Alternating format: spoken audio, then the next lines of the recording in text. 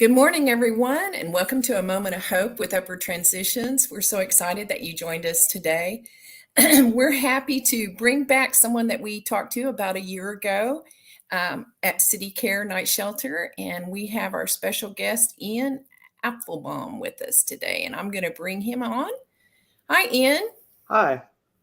Welcome back. It's been a year since we've talked to you, and we know a lot has happened and transpired, and lots of good things are happening over at City Care Night Shelter. So we're glad that you were able to join us today. And so we're just going to dive in. We just have about 10 or 15 minutes to share about information about what's going on over at City Care. So Yeah. tell us about the mission at City Care and the programs and how it all began.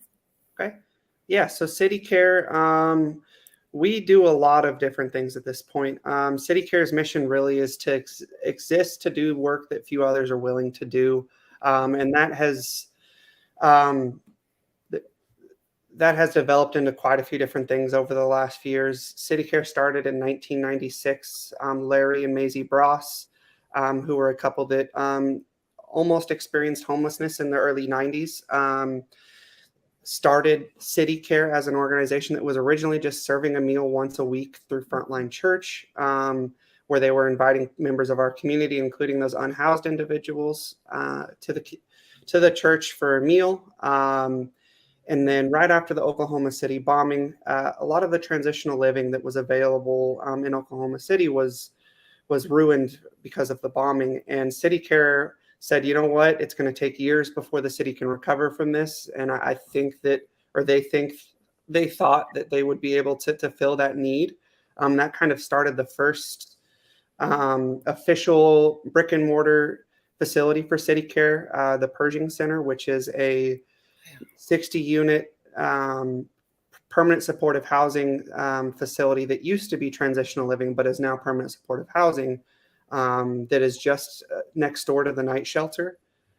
We also have another 60 units of single-family homes and duplexes within the neighborhood behind us, West Lawn Gardens. That was the first venture of City Care. And then not long after that, Maisie found an organization throughout the country called Whiz Kids, which is a one-to-one peer mentoring program that is faith-based, that works with young children that are seeing decreases in math and reading scores, that is now in 28 churches throughout Oklahoma City, that they meet twice a week with their mentor. The kiddos they do reading practices and stuff, but then they also have lots of fun bonding events and all kinds of stuff that we use as an opportunity to kind of curb that generational poverty that we see throughout Oklahoma City. And give some of these kiddos the skills to possibly be able to better their lives in their future, and make sure they're caught back up with what the federal standards are for like reading scores and math scores and that kind of thing. And then in 2018, the night shelter was thought of after the point in time count showed a huge increase in the unsheltered population, but not a huge increase in the overall homeless population in Oklahoma City. And that was finished in April of 2021, and we have been open since as the only low barrier homeless shelter in Oklahoma City. Now, is City Care a collaboration between the city of Oklahoma City and a faith-based church, or is it strictly city? Or so it's a nonprofit organization that does receive some funding from the city, mostly with the night shelter, but overall we are a nonprofit organization with some faith-based origins. We're not attached to any church at this point, but we do use some of the churches and partner with churches for the Whiz Kids program. But overall, we're just a nonprofit organization on our own at this point. Great. I was trying to figure out, I knew that it was a city organization that helped fund or whatever collaboration there, but I just wasn't really sure how that worked. That's great. And it sounds like the programs and services are growing and expanding, continuing to expand there. That's awesome. So about how many clients, approximately how many do you serve each year? Well, in 2021, we saw 38,662 individual stays in our shelter. So not the number of people we saw, but the number of nights someone was sleeping in a bed that year. And then in 2022, we saw almost 51,000 stays in our shelter. That's a lot. We've seen since we opened, so just about 2 years now, just at 2 years actually, April 6th was our anniversary. We've seen 3,675 individuals with unduplicated stays at our shelter. Wow. So Yeah. the capacity at the shelter each night is how many? So we have a capacity of about 140. Okay. We have 96 male beds, 28 female beds, and then we have 4 family suites for our families. Okay. Those vary on the number of people that are in them based on the size of the family, but on average, it's about 140. Yeah. Yeah. That's a lot of people that you served. Are you seeing anything with the numbers going up or down, or we're going into spring right now? What Yeah. happens at the shelter during this season? Yeah, so it's kind of interesting. Our population does change quite a bit as the warm weather warms up a little bit. During the winter time, we're seeing quite a few more folks. We're part of the winter contingency plan for Oklahoma City. So during the winter months, if it's below 32, we're allowed to increase our capacity by 20 people, which increases the amount of people that are in our building. But also we see folks that we wouldn't normally see on a regular basis. When the weather gets cold enough, some of the folks that choose to stay on the streets are coming to our shelter because the weather's just too dangerous for them. As things warm up, we don't see quite as many people. We're not busting at the seams like we are during the wintertime. But we do still stay full. We've been at 100% capacity since day 6 of the shelter opening. And we've been averaging, I think, at about a 108% capacity since we opened. That's amazing. So when your facility is full, then what happens to those who might still need a place to sleep? Yeah, we do have 2 other shelters in Oklahoma City, thankfully, that we can refer folks to and let them know is there. If they show up to our shelter and we're full, we will give them phone numbers to those places, give them the address. If the buses are still running, we'll give them a bus pass to get them there. Luckily, this winter, we were able to partner with Embark to have a transportation system running through the early hours of our shelter opening so that they'd be able to get a ride to and from the different shelters so we can make sure if they couldn't get into our shelter, we could definitely get them somewhere.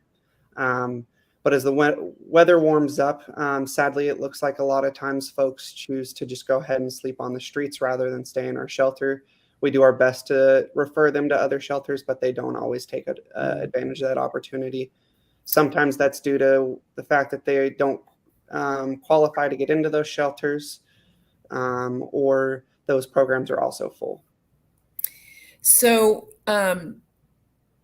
tell us the difference between low barrier and some of these barriers that maybe other shelters have. Yeah. Just like some information about So that. the other 2 shelters in the city have something that's called a program-based model, where, for example, with City Rescue Mission, they have a program called Bridge to Life that is a 6-month or 1-year sober living program for folks that are experiencing homelessness. They can enter that program and be there, but they have to be sober, and they also have a very tight-knit faith-based program there in which some folks are uncomfortable with accessing services that revolve around faith-based organizations or just faith in general. And that can be a barrier for people sometimes, as well as the fact that being there for 6 months means that they're going to have to, at least 6 months means they're going to have to separate from their family or friends that they may still have connection with. They're not able to really work a full-time job or really get back on their feet during that time period. It's kind of just a limbo state for some folks, and that doesn't always work for everybody, right? And then we look at Salvation Army, and they have about a 3-month limit in which you can stay in their shelter.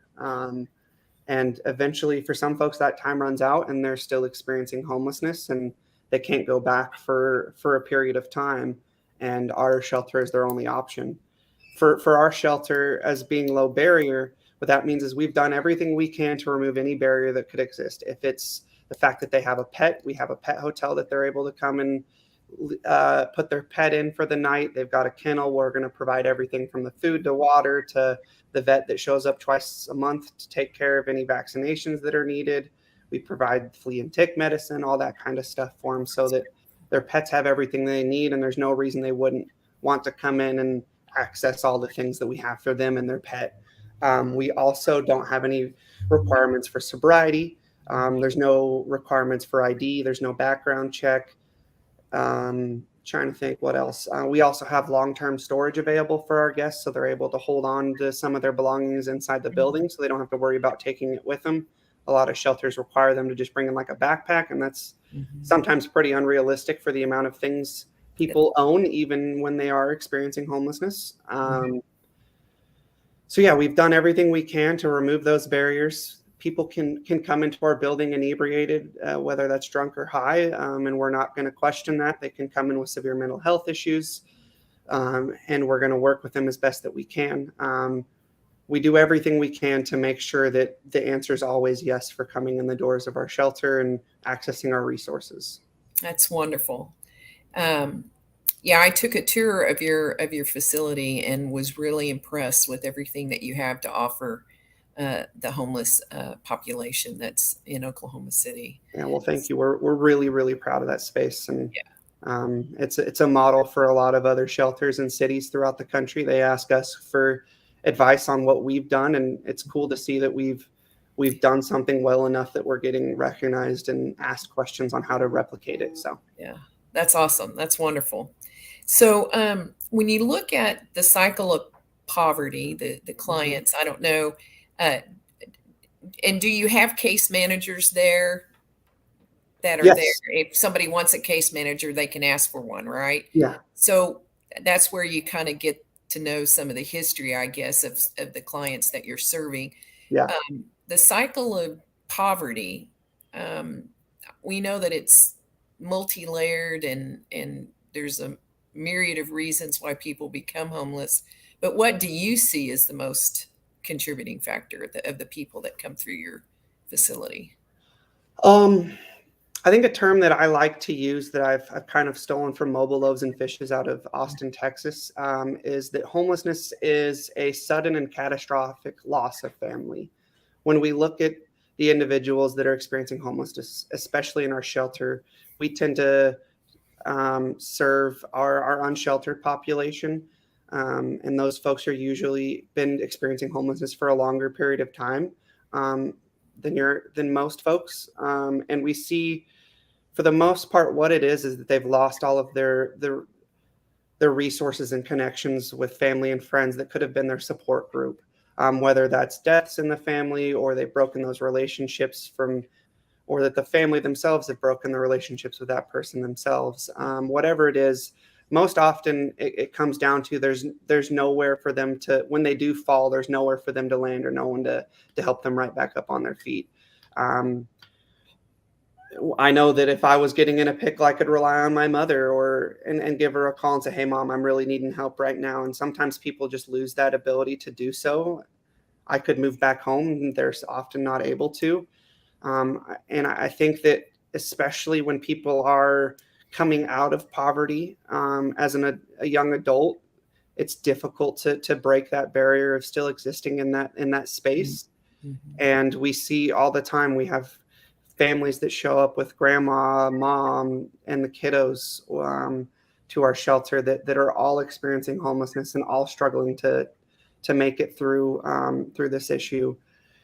And then we also see it on the single adult side. We've had multiple moments where someone has been staying in our shelter and then their son shows up to the shelter that's in their 40s and they haven't seen in 10 years, but is also experiencing homelessness. So it's just an issue that continues to show up. Getting out of poverty is a very difficult thing to do. And we continue to see that folks that have experienced poverty as children are also struggling with it as adults. And sometimes that does lead to homelessness, especially with the evictions that we've been seeing increasing throughout the city. It's been pretty pretty interesting to see just how often we're calling landlords and they're in an eviction court and need to call me back. So Yeah, yeah, yeah. We have had record evictions, and the fact that affordable rent mhm, is not available, which I know that the mayor and his homelessness task force, they're trying to address some of that in the maps mhm, and funding and all of that. Um, so, you know, City Care and Upward Transitions, we work together, we collaborate all the as time. partner agencies, and it's because such a large portion, sometimes up to 70% of the homeless population do not have IDs or birth Mhm, certificates. So, City Care is one of the uh, partner agencies that refers their clients to us, and we help them find their ID, and that opens the door to having access to housing, employment, and some of these other social services. So, do you have? We're going to need to go ahead and our time's up. So let's close with a story. Do you have a client story that you'd like to share? yeah. So City Care Night Shelter has been open for 2 years, and in that time period, we've uh, luckily seen a few families actually be able to um, bring their newborn back to our shelter. And we recently, a couple months ago, had another one of those moments. And I think this may have been my story last time, but I just think that it's such an incredible thing to be able to do. Most of the time, when people are experiencing homelessness and they have a child, DHS is not willing to release custody of the child to the parents because they're living in a shelter. Mm, Um, but City Care's facility is built in a way that, and has the privacy and all of the resources that someone would need, that DHS has approved it as a space for people to bring their child back to. So we had a woman and her husband who just had their third baby a few months ago. That was born at the hospital, came back to the shelter, and they were there for one more week before we were able to get them into housing. Luckily, we were able to secure them a Section 8 voucher while she was in the hospital with the child, and the dad and our case managers worked together to find a place as soon as we could, because he's like, no, I want out of here mm, with this baby coming. So we were able to take them out of out of the shelter within a week of her coming back. We threw a nice little baby shower for her, got her all the things she could possibly need to help take care of the baby, probably more than your average mom gets right out of the hospital. She had everything. I mean, like a lifetime supply of diapers, strollers, carts, all that kind of stuff, playpens. Um, and move her into her apartment not long after that. So it was pretty incredible to see the community that the City Care is a part of, whether it's the folks that are staying in the shelter that just went and bought things with their own money because they knew she was having a baby, or if it was some of our donors that had stuff to donate to bring to her and make sure that when she was moving into her apartment, she had everything she needed and that baby was going to be taken care of. So it was pretty incredible. that's a that's a wonderful story, and that's what inspires us and those who are working in the nonprofit community. It inspires you to keep going, and you see the reward. That's our reward for seeing how Absolutely. our work is impacting people's lives and for the better. So much good stuff going on over at City Care. Well, Ian, we thank you so much for joining us again today, Yeah. and keep doing that great work that you guys are doing in the community. And we love being a partner with you. And thank you again. And let's tell everyone so long. And I'll see everybody next week. Take care, Sounds Ian. good. Thank you. Hmm.